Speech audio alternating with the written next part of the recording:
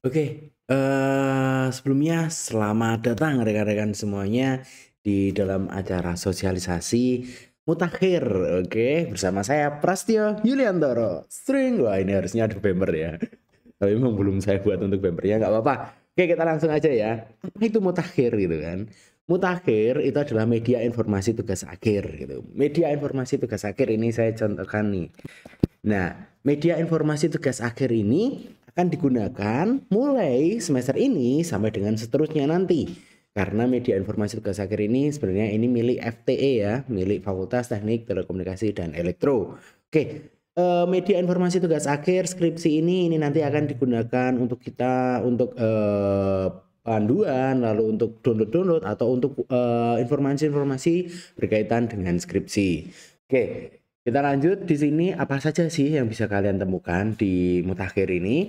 Yang pertama kalian nanti akan menemukan aturan dan prosedur baru tugas akhir skripsi FTE. Nah, ini sama seperti yang disampaikan oleh KTA FTE yaitu Pak Eka Wahyudi. Nah, di sini ada panduan-panduan, lalu ada alur pengisian dan lain-lainnya. Sekaligus di bawah-bawah sini ada yang intinya adalah info tambahan, lalu do and don't. Tuhan bersama mahasiswa tingkat akhir ya. Oke, di sini juga ada hot news terkait kakak wireless, ada kakak elektronika dan kendali, lalu ada kakak network dan communication yang nantinya di hot news ini nanti akan banyak update-update spesial yang berkaitan dengan sekarang itu baru kakak-kakak itu baru menekuni apa gitu ya. Oke, kita lanjut ya. Lalu apa saja sih di sini? Di sini kalian bisa menemukan yang pertama ada beranda, lalu selanjutnya ada dashboard dan ada informasi. Di dashboard sendiri itu ada beberapa apa ini namanya? Ada beberapa submenu. Itu ada pendaftaran kelayakan, ada data bimbingan, ada pendaftaran penguji, ada rekapitulasi penguji. Lalu selanjutnya di informasi kalian nanti akan mendapatkan yang namanya tawaran judul, lalu panduan. Oke, kita masuk ke dashboard. Jika klik dashboard, maka di sini ada hasil rekap kelayakan semester ganjil tahun ajaran 2022 tahun 2023 yang ini nanti akan diupdate secara berkala. Oke, di sini ada request gitu untuk sekarang. Requestnya baru sampai 22. Kalian bisa memantau di sini ya. Pokoknya di sini ada status approval dari bimbingan 1, lalu dari KTA, lalu dari ketua KK, lalu dari prodi. Lalu di sini ada KTA lagi yang berkaitan apakah KTA itu menyetujui atau tidak untuk pembimbing 2 yang sudah diusulkan. Lalu setelah itu nanti ada overall ajuan. Nah, ini contohnya aja, ini ada yang cancel gitu kan, ada 2 ajuan yang cancel, lalu ada more info request. Nah, apa sih kalau more info request ini maksudnya guys? More info request itu maksudnya kalian diharuskan untuk menghubungi ketua KK gitu kan. Berarti kalau di sini yang meminta more info request adalah wireless itu berarti Pak Wahyu Pamungkas. Nah, silakan rekan-rekan menghubungi Pak Wahyu Pamungkas gitu kan, tanya gitu kan. Ada apa ya Pak ini? Kalau boleh tahu kira-kira saya harus ngapain lagi supaya nanti dari ketua kakak bisa menerbitkan yang namanya rekomendasi judul tersebut layak digunakan untuk skripsi. Oke? Selanjutnya di bawah sini ada yang namanya hasil rekap kelayakan semester lalu ya, semester genap tahun ajaran 2021-2022. Oke, kita lanjut. Lalu kalau untuk mau daftar kelayakan di mana Pak? Daftar kelayakan bisa diklik sini, pendaftaran kelayakan. Oke, jadi di sini ada pendaftaran kelayakan judul. Silakan nanti rekan-rekan bisa mendaftarkan di sini. Ini karena di sini ada upload, jadi nggak bisa muncul di web ini ya. Jadi ini harus isi formulir. Kita masuk ke Google Form seperti biasa. Isikan nama, NIM, program studi, bidang topik wireless, calon dosen pembimbing. Lalu calon dosen pembimbing 2 ini tidak wajib karena nanti akan dicarikan oleh prodi atau kakak. Tapi ketika kalian sudah mempunyai dosen pembimbing kedua, silakan diisi, boleh.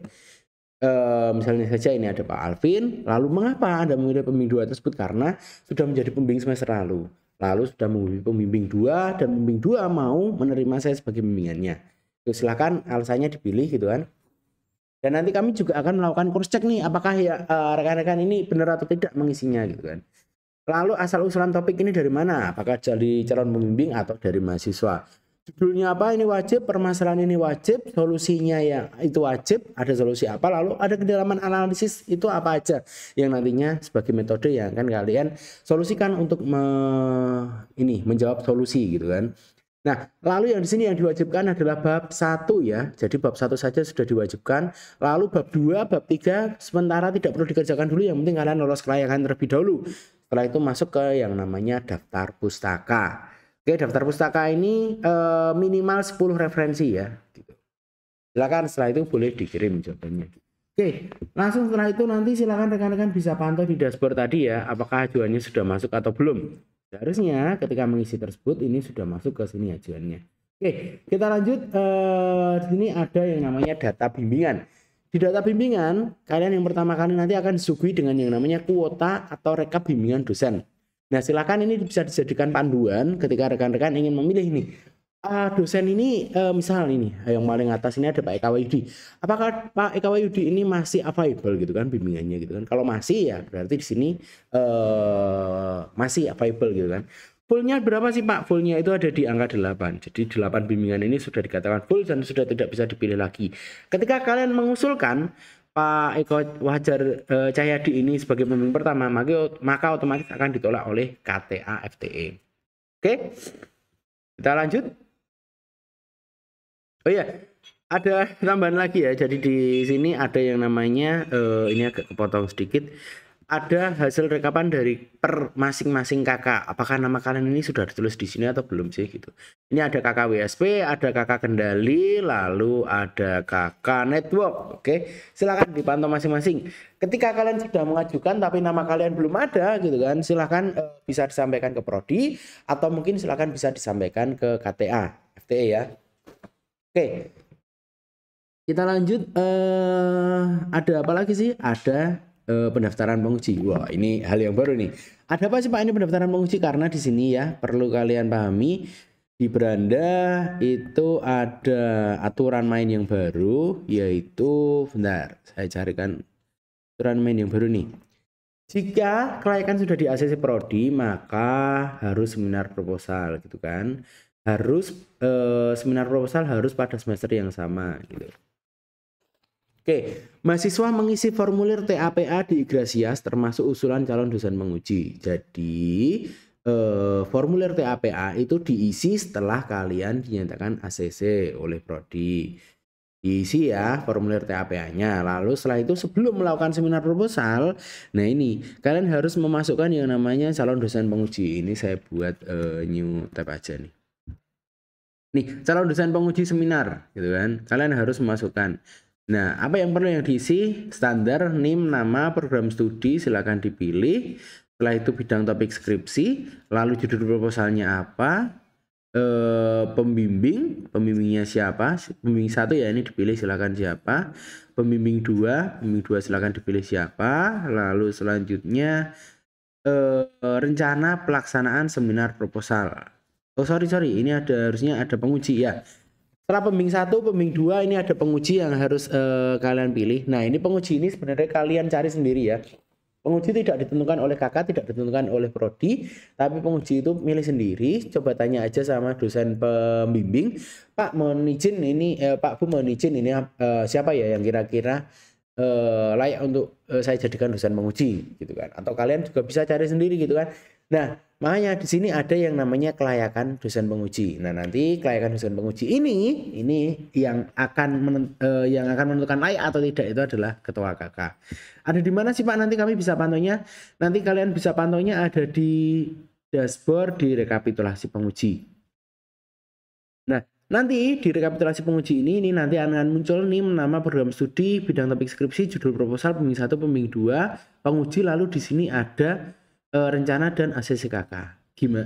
Jika di ACC maka nanti akan berwarna hijau asap, lalu decline jika itu tidak di ACC oleh KK, yang berarti kalian harus mencari lagi itu kan pengujinya siapa gitu. Oke, kita lanjut. Ada apa saja informasi yang bisa kalian temukan di sini di apa ini namanya mutakhir di informasi. Nah, di informasi ini nanti akan saya terbitkan video ini akan saya pasang di media informasi ini. Lalu selanjutnya ada tawaran judul. Nah, tawaran judul ini silahkan ya. Jika memang masih open ini berarti belum ada mahasiswa yang ambil. Kalau sudah nanti akan ditulis modelnya NIM-nya ya. Kalau 1, 2, 3 ini apa sih Pak? Nah, ini 1, 2, 3 ini berarti sudah ada nih mahasiswa yang booking judul tersebut gitu ya. Tapi memang mahasiswa tersebut belum mengajukan kelayakan proposal. Jadi belum berani dosen menuliskan NIM-nya gitu kan. Tapi paling tidak ini sudah ada booking. Oke. Nah ini nanti seluruh dosen FTE akan mengisi spreadsheet tawaran judul ini. Lalu selanjutnya ada yang terakhir itu ada panduan. Oke, jadi di panduan ini nanti rekan-rekan bisa melihat ya, misal di sini ada contoh infografis, ada panduan penulisan skripsi, ada template dan contoh ini proposal skripsi sampai dengan skripsi, lalu ada panduan penulisan jurnal, ada template poster. Ya, kalian juga harus menentukan template poster ya untuk skripsi. Lalu ada template poster untuk sempro contohnya, lalu ada pedoman skripsi dan tata tertib, lalu ada sosialisasi aturan yang ini tadi sebenarnya yang saya tampilkan di beranda. Oke, mungkin itu saja, tidak perlu panjang lebar yang saya sampaikan. Wah, terima kasih sekali nggih rekan-rekan. Kurang lebihnya saya mohon maaf. Terima kasih.